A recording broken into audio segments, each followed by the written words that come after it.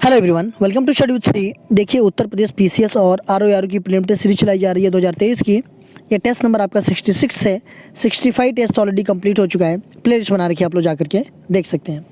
देखिए, अगर आप किसी भी स्टेट पीसीएस की प्रिपरेशन कर रहे हैं, जैसे कि बीपीएससी हो, MPPSC, Jharkhand PCS, Chhattisgarh PCS, Himachal Pradesh PCS, Uttarakhand PCS या फिर आरएस हो, तो आप मेरे टेस्ट सीरीज को देखिए, आपको काफ़ी फ़ायदा मिलेगा। या किसी वनडे एग्जाम की प्रिपरेशन कर रहे हैं तो भी आप मेरे टेस्ट सीरीज को देखिए, क्योंकि जो भी क्वेश्चन हैं वो सभी प्रतियोगिता परीक्षाओं के लिए काफ़ी इंपॉर्टेंट है। देखिए, जो लोग फर्स्ट टाइम विजिट कर रहे हैं हमारे चैनल को सब्सक्राइब कर लें।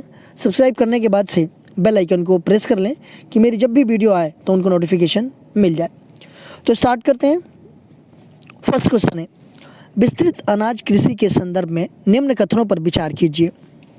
पहला दिया गया है कि यह कृषि मध्य अक्षांशों के अतिरिक्त अर्ध शुष्क प्रदेशों में की जाती है। दूसरा है कि इसकी मुख्य फसल चावल है। उपयुक्त में से कौन सा कथन सही है, ये पूछा जा रहा है। देखिए, बात की जा रही है विस्तृत अनाज कृषि की, इसके संदर्भ में विचार करना है। तो विस्तृत अनाज कृषि जो है कि मध्य अक्षांशों के अंतरिक्ष अर्ध शुष्क प्रदेशों में की जाती है। बिल्कुल सही है। इसकी मुख्य फसल क्या है? तो यहाँ दिया है कि इसकी मुख्य फसल चावल है, लेकिन जो है कि इसकी मुख्य फसल क्या है? तो इसका मुख्य फसल जो है कि गेहूँ है। तो पहला सही है और दूसरा क्या है? गलत है। तो ये हो जाएगा आपका केवल एक। विक्टोरिया जलप्रपात निम्नलिखित में से किस नदी पर स्थित है? Niger, Zambezi, orange, Congo. Victoria जलप्रपात के बारे में बात की जा रही है कि विक्टोरिया जलप्रपात जो है कि किस नदी पर स्थित है। तो देखिए, विक्टोरिया जलप्रपात जो है कि अफ्रीका महाद्वीप में है और जाम्बेजी नदी पर स्थित है ये। तो ये हो जाएगा आपका बी ऑप्शन। निम्न में से कौन सा युग्म सही सुमेलित है? देवी पाटन मेला सहारनपुर, शाकंभरी देवी मेला बलरामपुर, गढ़मुक्तेश्वर मेला हापुड़, बटेश्वर पशु मेला मथुरा। देखिए, ये जो है कि इसमें पूछा जा रहा है कि सही सुमेलित कौन सा है। ठीक है, 3 इसमें गलत है, 1 सही है। अगर हम देवी पाटन मेला की बात करें तो ये कहाँ पे लगता है? तो सहारनपुर में नहीं लगता है, ये लगता है आपका बलरामपुर में। शाकंभरी देवी मेला की अगर हम बात करें तो शाकंभरी देवी मेला जो है कि ये जो है कि बलरामपुर में नहीं लगता है, कहाँ लगता है? सहारनपुर में लगता है। गढ़मुक्तेश्वर मेला की अगर हम बात करें तो ये जो है कि हापुड़ में लगता है। और बटेश्वर पशु मेला जो है कि ये कहाँ पे? मथुरा में नहीं, ये आगरा में लगता है। तो सही सुमेलित कौन सा है? तो केवल सी है। अफ्रीका की मूलभूत जनजाति पिग्मी किस नदी घाटी में पाई जाती है? नील, कांगो, जाम्बेजी, नाइजर।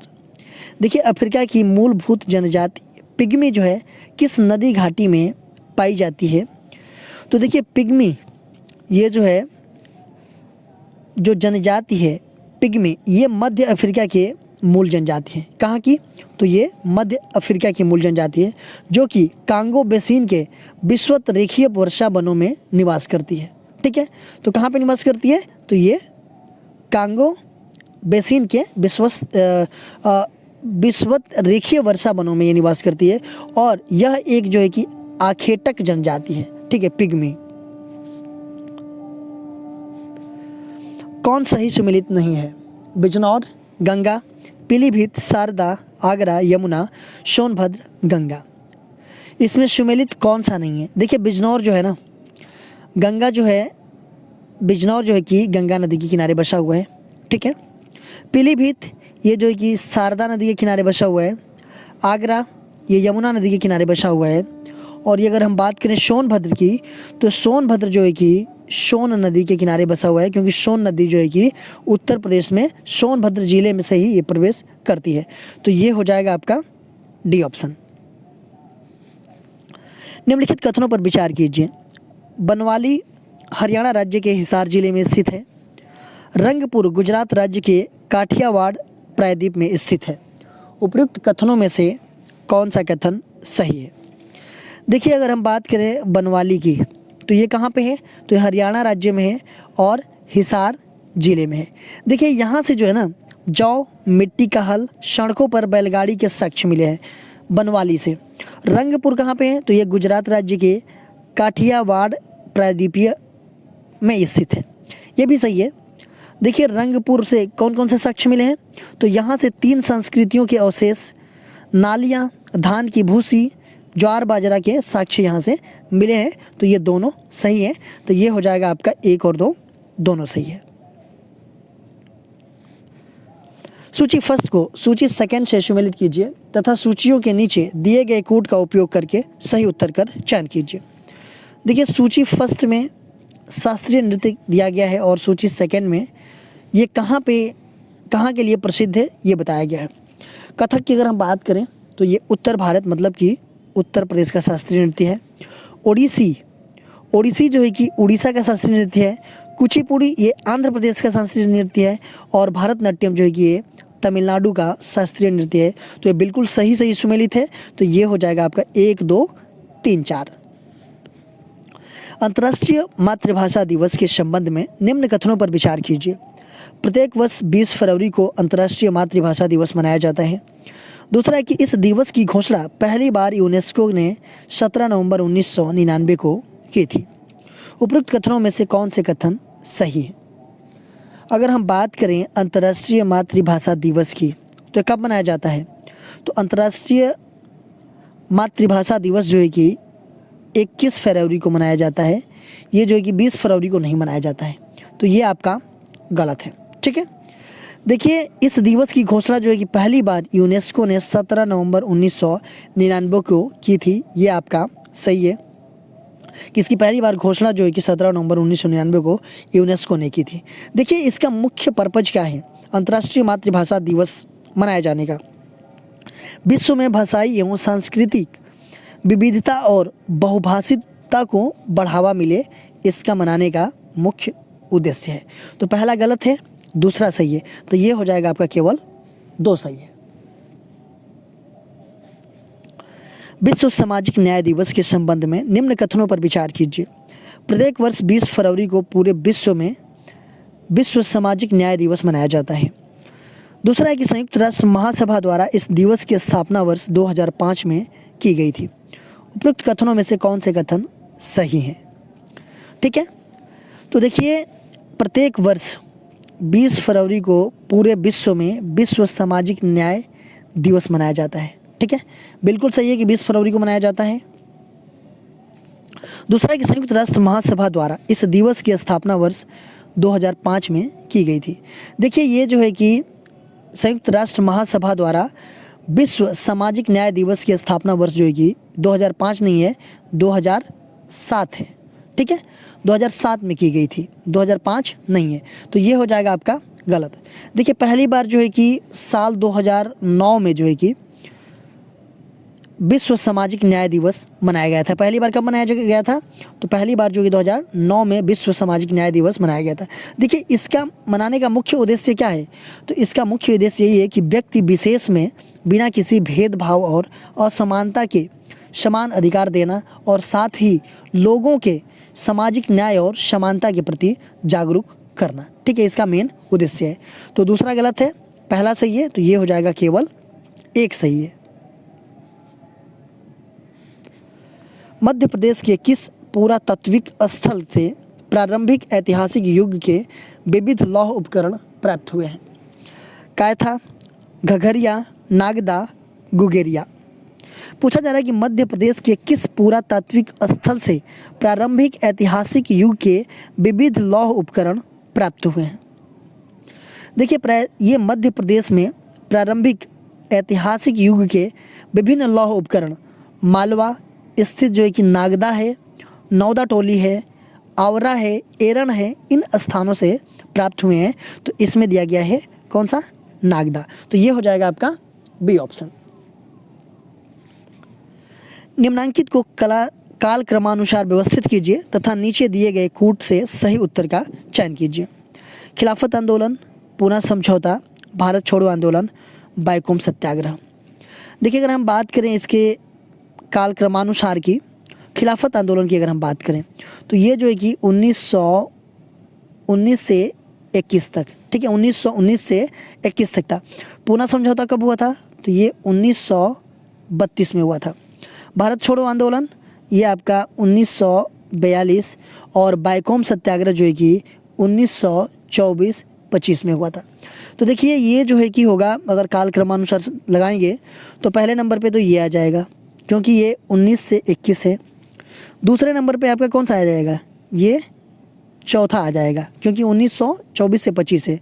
तीसरे नंबर पे आपका आएगा दूसरा और चौथे नंबर पे आएगा आपका ये तीसरा।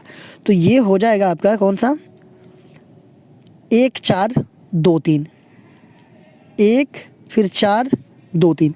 तो 1 4 2 3 कौन सा है आपका, तो ये पहला ऑप्शन आपका सही हो जाएगा। सूची फर्स्ट को सूची सेकंड से सम्मिलित कीजिए तथा सूचियों के नीचे दिए गए कूट का प्रयोग करके सही उत्तर कर चयन कीजिए।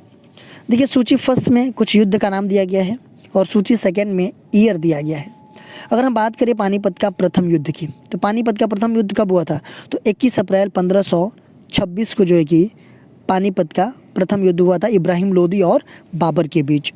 खानवा का युद्ध कब हुआ था, तो खानवा का युद्ध हुआ था 16 मार्च 1527 को, ये बाबर और मेवाड़ के राणा संगा के मध्य हुआ था। घाघरा युद्ध के बारे में बात करें हम तो 6 मई 1529 को हुआ था, ये जो है कि गोरखपुर के निकट में, ठीक है। चंदेरी का युद्ध कब हुआ था, तो 29 जनवरी 1528 को मुगलों तथा राजपूतों के बीच हुआ था। तो ये हो जाएगा आपका ये, तो ये होगा 1 4 2 3, ये बी ऑप्शन आपका सही हो जाएगा। सूची फर्स्ट को सूची सेकंड से सम्मिलित कीजिए तथा सूचियों के नीचे दिए गए कोड का उपयोग करके सही उत्तर कर चयन कीजिए। देखिए कुछ एक्ट का नाम दिया गया है और किसके कार्यकाल में आया था। पिट्स इंडिया एक्ट की अगर हम बात करें तो ये किसके कार्यकाल में आया था, तो ये वारेन हेस्टिंग के कार्यकाल में आया था। डॉक्ट्रिन ऑफ लैप्स की अगर हम बात करें तो ये जो है कि डलहौजी के टाइम में आया था, हड़प नीति। और वर्नाकुलर प्रेस एक्ट की हम बात करें तो ये जो है कि लॉर्ड लिटन के टाइम में आया था और इल्बर्ट बिल जो है कि लॉर्ड रिपन के टाइम में आया था। तो ये हो जाएगा 4 3 2 1, डी ऑप्शन आपका सही हो जाएगा। सूची फर्स्ट को सूची सेकंड से सम्मिलित कीजिए तथा सूचियों के नीचे दिए गए कोड का उपयोग करके सही उत्तर कर चयन कीजिए। देखिए कुछ दर्रों का नाम दिया गया है और ये किस राज्य में है। अगर हम बात करें बुमला दर्रा, बुमला दर्रा किस राज्य में है, तो ये आपका अरुणाचल प्रदेश में है। जेलेपला दर्रा ये आपका कहाँ पे है, सिक्किम में है। मुलिंगला दर्रा कहाँ पे है, तो ये आपका उत्तराखंड में है। और सिपकिला दर्रा जो है कि कहाँ पे है, तो ये हिमाचल प्रदेश में है। तो ये हो जाएगा आपका 3 4 2 1 कौन सा है, तो ये बी ऑप्शन। सूची फर्स्ट को सूची सेकंड से सम्मिलित कीजिए तथा सूचियों के नीचे दिए गए कोड का उपयोग करके सही उत्तर का चयन कीजिए। देखिए सूची फर्स्ट में कुछ रेखाओं का नाम दिया गया है और सूची 2 में किसको किसको अलग करती है ये बताना है।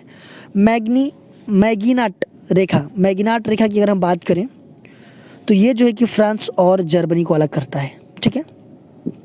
रेड क्लिफ रेखा ये हमारे भारत और हमारे पड़ोसी देश पाकिस्तान को अलग करता है। डूरंट रेखा जो है कि अफ़गानिस्तान और भारत को अलग करता है। और हैंडेनबर्ग रेखा जो है कि ये बेल्जियम और जर्मनी को अलग करता है। तो ये बिल्कुल सही सम्मिलित है। तो ये हो जाएगा आपका 1 2 3 4। देखिए अभी हमारा पड़ोसी देश चीन है, भारत और चीन के बीच कौन सी रेखा है ये आप लोग कमेंट बॉक्स में मुझे बताएंगे।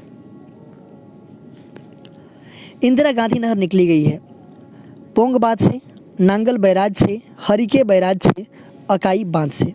इंदिरा गांधी नहर निकाली गई है कहाँ से, तो देखिए इंदिरा गांधी नगर ये जो है कि राजस्थान की एक प्रमुख नहर है और ये सतलज और ब्यास नदी का जहाँ पे संगम है वहाँ पे एक हरिके बैराज है, वहीं से जो है कि ये इंदिरा गांधी नहर निकाली गई है। तो ये हो जाएगा आपका सी ऑप्शन, हरिके बैराज से। उष्णकटिबंधीय वर्षा वनों में पौधे पर चढ़ती बेल को क्या कहते हैं, लत्ती, लियाना, झाड़ी, इनमें से कोई नहीं। देखिए जो उष्णकटिबंधीय वर्षा वन है उसमें पौधे पर चढ़ती हुई जो बेल है उसको किस नाम से मतलब जानते हैं, क्या कहते हैं, तो उसको कहते हैं हम लियाना। बी ऑप्शन आपका सही है। निम्न में से किस सिंधु पंख का जमाव हिंद महासागर में अत्यधिक है, डायटम, ग्लोबिजेरिना, लाल पंख, स्थल जात जमाव। पूछा जा रहा है कि निम्नलिखित में से किस सिंधु पंख का जमाव हिंद महासागर में अत्यधिक है। तो किस सिंधु पंख का जमाव जो है कि हिंद महासागर में अधिक है, तो वो है आपका ग्लोबिजेरिना का। सी ऑप्शन आपका सही है। निम्न में से कौन सा मेघालय पठार का अंश नहीं है। जयंतिया पहाड़ियाँ, खासी पहाड़ियाँ, गारो पहाड़ियाँ, भूमन पहाड़ियाँ। पूछा जा रहा है कि मेघालय पठार का अंश कौन सा नहीं है।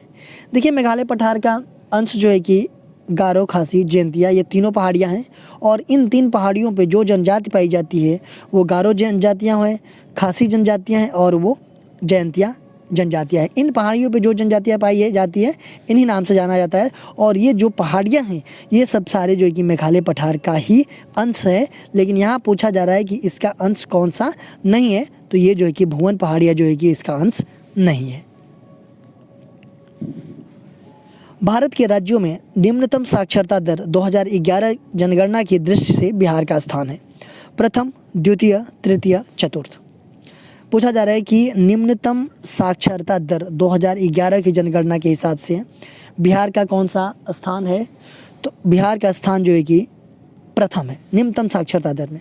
अच्छा, अगर पूछा जाए कि अधिकतम साक्षरता दर 2011 की जनगणना से किस स्टेट का है, तो वो है आपका केरल का 93.91 और ये प्रथम स्थान पे है ना, ये निम्नतम साक्षरता दर, तो ये है 63.82। ठीक है, 63.82 है बिहार का और ये है 93.91 केरल का। केरल जो है कि सबसे अधिकतम है और बिहार जो है कि न्यूनतम है।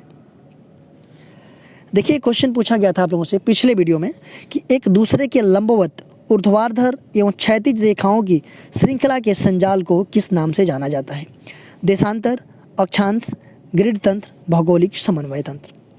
देखिए पूछा जा रहा था कि एक दूसरे के लंबवत, ऊर्ध्वाधर एवं क्षैतिज रेखाओं की श्रृंखला के संजाल को किस नाम से जाना जाता है, तो इस संजाल को जो है कि भौगोलिक समन्वय तंत्र कहा जाता है। तो ये हो जाएगा आपका डी ऑप्शन।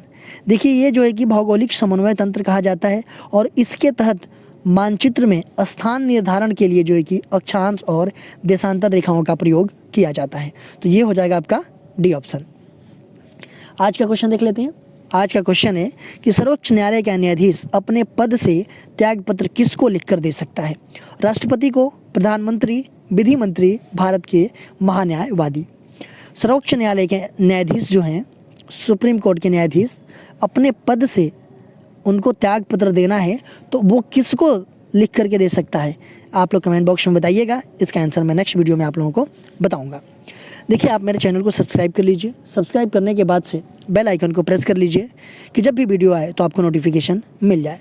मेरा दूसरा चैनल है श्री GS पॉइंट, आप इसको भी सब्सक्राइब कर लीजिए। फेसबुक पर मेरा पेज है स्टडी विद श्री के नाम से और इंस्टाग्राम पे हमारी ID है study with Shri 25 and Shri GS point. Telegram का चैनल है हमारा स्टडी विद श्री। इन सब सारे का लिंक आपको डिस्क्रिप्शन में मिल जाएगा, वहाँ पे क्लिक करते आप यहाँ पे पहुँच जाएंगे। तो इन सब सारे जगहों से कनेक्ट हो जाइए क्योंकि इन सब सारे जगहों से स्टडी से रिलेटेड चीज़ें पोस्ट की जाती है जिससे आप लोगों को फ़ायदा पहुँच सकता है। दोस्तों वीडियो अच्छी लगती है तो आप लोग एक लाइक कर दिया कीजिए, एक अच्छा सा कमेंट्स कर दिया कीजिए, अपने दोस्तों में शेयर जरूर किया कीजिए। अगर वीडियो अच्छी नहीं लगती है तो आप लोग डिसलाइक कर दिया कीजिए और कमेंट बॉक्स में मुझे बताइए कि डिसलाइक क्यों किया। वीडियो देखने के लिए धन्यवाद।